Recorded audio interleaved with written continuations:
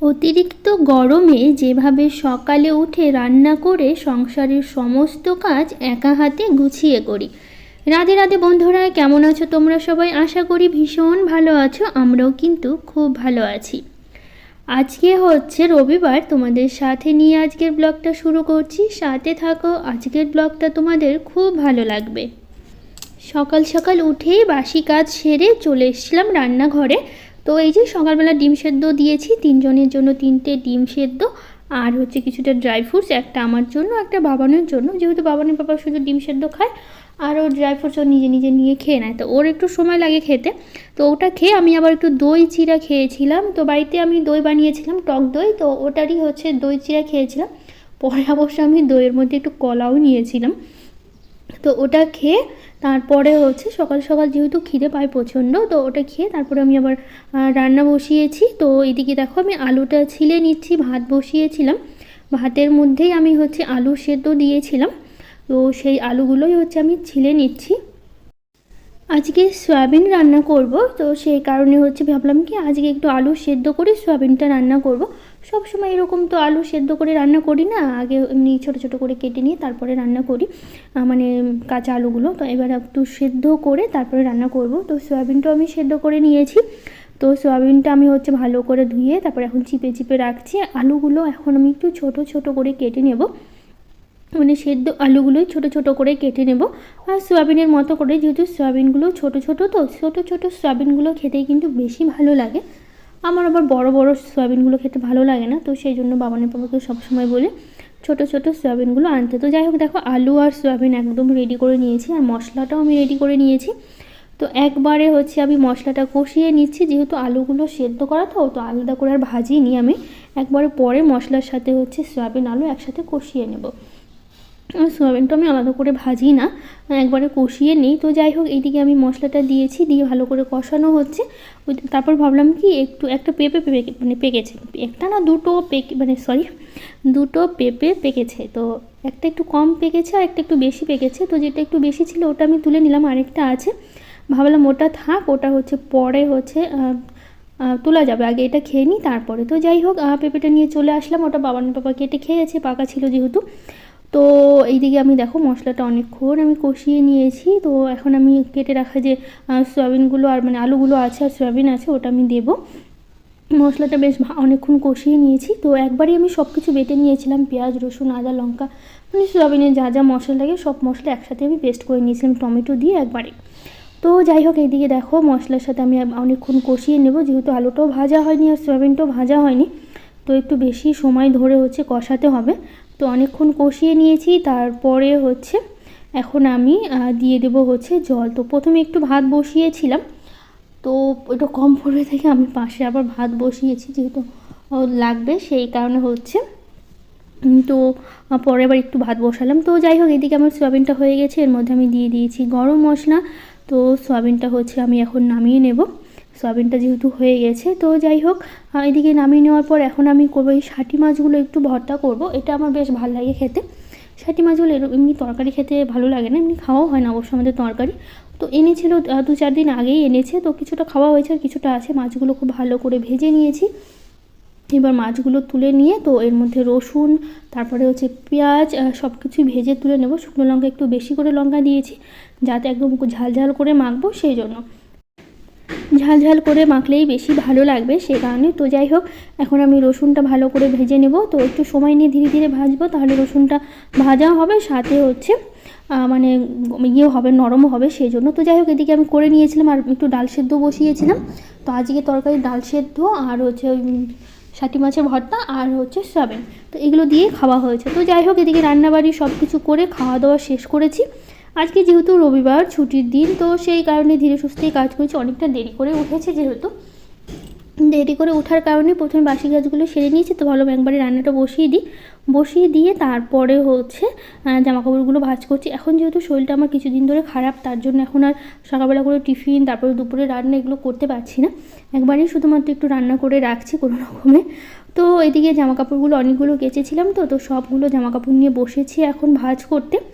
জামা কাপড়গুলো গুছিয়ে সব কিছু করবো, তারপরে ঘরটা মুছতে হবে। অনেক দিন ঘরটা মোছা হয়নি বেশ। এখন তো কিছু দিন ধরে, মানে আগে তো একদিন পর পরই বা প্রতিদিনই ঘর মুছতাম, কিন্তু এখন আর সেরকম হয়ে উঠছে না। তো বেশ অনেক দিন হলো ঘর মুছি না, তো ভাবলাম কি আজকে ঘরটা মুছে নেব। তো এখনও স্নান হয়নি, আজকে স্নান পুজোটা বাবানের পাপাই করেছে। বাবানের পাপা সকাল সকাল স্নান করে নিয়েছি, তো আজকে স্নান পুজোটা ওই করেছে। তো আমি পরে স্নান করব, আগে সকালবেলার মানে কাজগুলো তো কিছু করতে পারিনি, মানে এগুলো কাজ তো বেশিরভাগ আমি সকালবেলা করি, যেহেতু আজকে দেরি করে উঠেছি, তো সেই কারণে ভাবলাম পরে কাজগুলো সারবো। আগে রান্না খাওয়াটা খেয়ে নিয়েছি, মানে তিনজনে মিলেই আমরা খাওয়া হয়ে গেছে আমাদের। তো এখন শুধুমাত্র জামা কাপড়গুলো গোছানো বাকি, তারপরে আরও কিছু কিছু কাজ বলতে ওই ঘর মোছা, এগুলো গোছানো, এগুলো বাকি আছে। বিছানাটা এখনও পর্যন্ত গোছানো হয়নি, বাবান অনেকক্ষণ শুয়েছিল, তো সেই কারণে বিছানাটা আমি গোছাতে পারিনি। তো এখন সেই কারণে হচ্ছে ভাবলাম এদিকটা গুছিয়ে নিয়ে তারপরে বিছানাটা গোছাতে যাব। বাবার ছুটির দিন থেকে শুয়েছিল অনেকক্ষণ ধরে, তো গোছানো হয়নি, তো ভাবলাম একটু গুছিয়ে নিই। তো যাই হোক, এইদিকে আমি বিছানার চাদরটা কেচে দিয়েছিলাম, সেগুলো এখন গুছিয়ে নিচ্ছি। এখন এগুলো আমি তুলে রাখবো হচ্ছে মিনি শোকেসের মধ্যে, আর এগুলো কিছুটা আলনাতে রাখবো। তো যাই হোক, এদিকটা গুছিয়ে নিই, আর চলো। তো যাই হোক, তোমাদের ভয়েস দিচ্ছি, পাশে না শব্দ হচ্ছে, বলতে গেলে মানে ঘর দিচ্ছে, তো এই ঠক ঠক শব্দ হচ্ছে, তো তোমাদের আসতে পারে শব্দটা ভয়েসে, তো তোমরা একটু প্লিজ ম্যানেজ করে নিও। আসলে আমি বুঝতে পারছি না, কিন্তু আমাদের পাশে খুব জোরে জোরে শব্দ হচ্ছে, সেটা আসতেও পারে ভয়েসে, তো তোমরা একটু প্লিজ ম্যানেজ করে নিও। তো যাই হোক, এদিকে জামা কাপড় গোছানো তো সব কিছু হয়ে গেছে, এখন শুধুমাত্র এগুলো গুছিয়ে রাখার পালা। তো চলো কিছু দিদিভাইদের কমেন্ট পড়ে নিই।